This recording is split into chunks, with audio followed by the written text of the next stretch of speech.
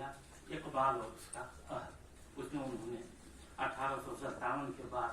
जो हिंदुस्तान के अंदर इंतशार और अफरा तफरी का दौर शुरू हुआ,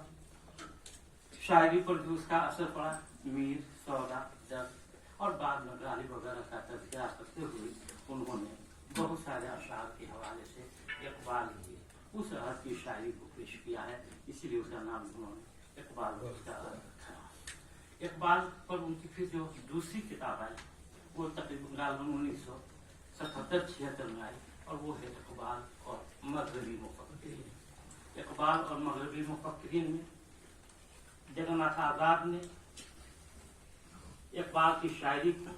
इकबाल के फलसफे को समझा और निहायत संजीदगी से उन्होंने मगरबी फनकारों, मगरबी मुफक्किरीन, मगरबी फिलोसफर से जो अफकार और नजरियात थे उनको भी आजाद ने बड़ी संजीदगी से और गहराई